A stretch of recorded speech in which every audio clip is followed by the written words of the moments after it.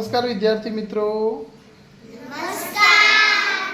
આજે આપણે એક પ્રવૃત્તિ કરવાની છે, માપન.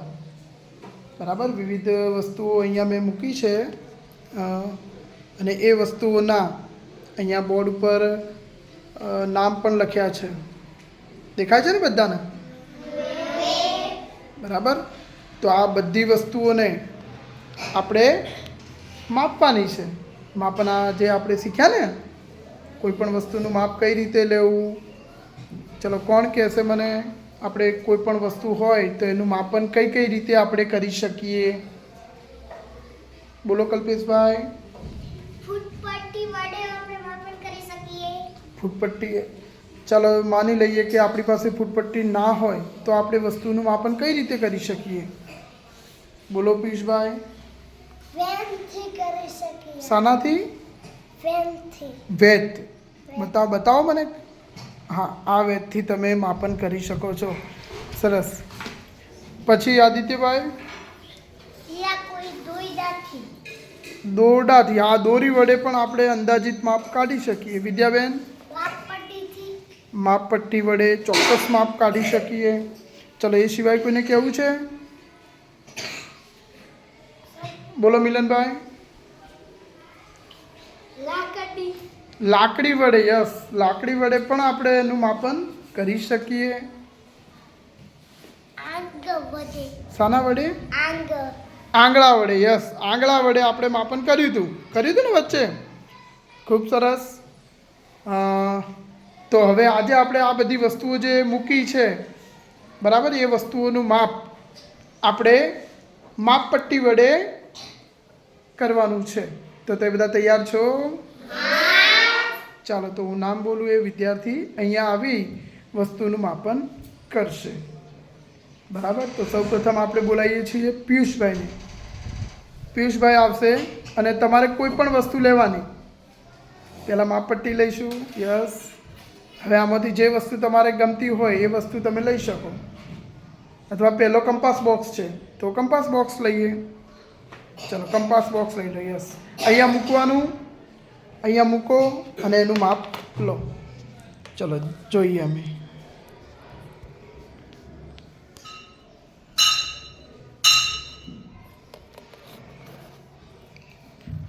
યસ, ચોક અહીંયા.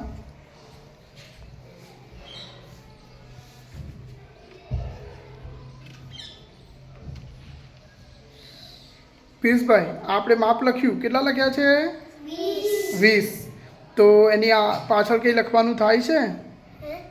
શેમાં આપણે માપ્યું? સેન્ટીમીટરમાં કે ઇંચમાં? સેન્ટીમીટર. હા, તો લખવું પડે ને. 20 એ શું છે? 20 સેમી. Very good. સરસ. 20 સેમી. હા, ઓકે. ચલો, હવે આવશે દર્શનાબેન.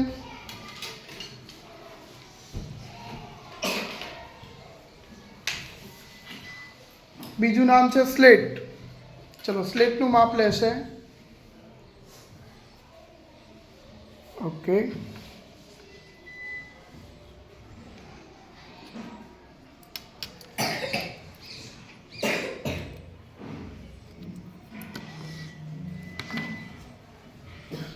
કેટલું થયું? સરસ.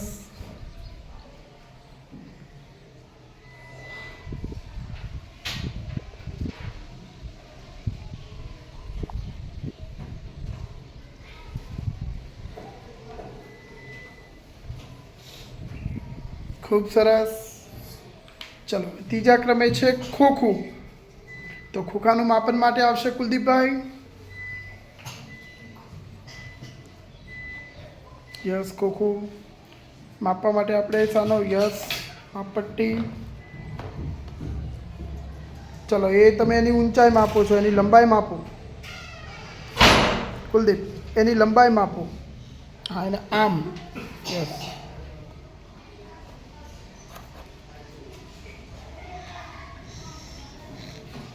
સરસ. કેટલા થયા છે? 14. હા, તો લખી દઈએ. Very good.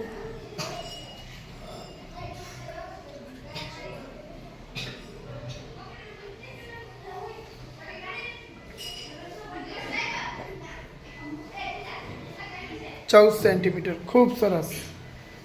હવે એના પછી છે સ્કેચ પેન. એનું માપ લેવા માટે આવશે તપસ્વીબેન.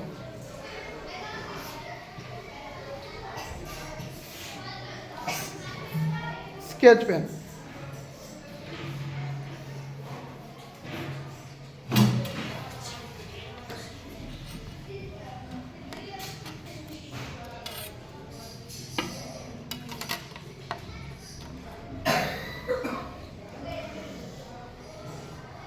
કેટલું થયું છે? કેટલું? હા તો લખી દઈએ. 14 સેન્ટીમીટર એનું માપ થયું છે.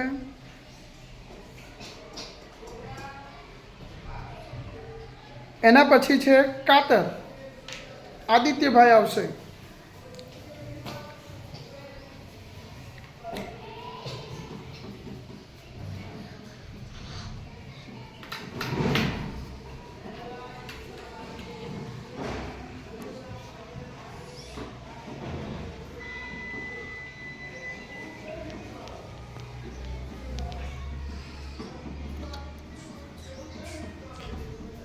તમે જુઓ, આ સેન્ટીમીટર છે, આ ઇંચ છે, બરાબર? તો એ રીતે તમે જેમાં માપો એ તમારે લખવાનું છે, બરાબર? અલગ અલગ ફૂટ માપપટ્ટીઓ છે. ફરી એકવાર માપન કરીએ. સરસ.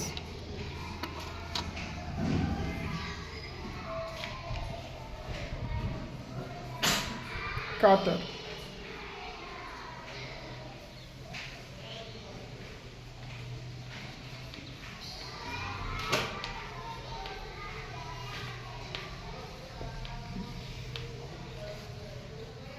ઓહો, 18 સેન્ટીમીટર. ઓ વેરી ગુડ. ચાલો હવે પછી ફેવિકોલ. કોમલબેન આવે.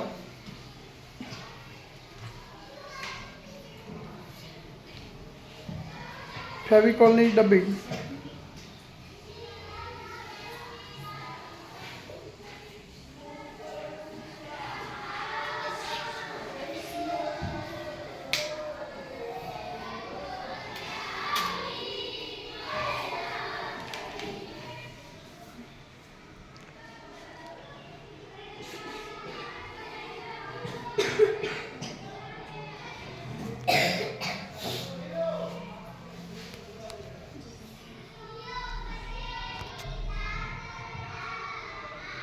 ખૂબ સરસ. સેન્ટીમીટર.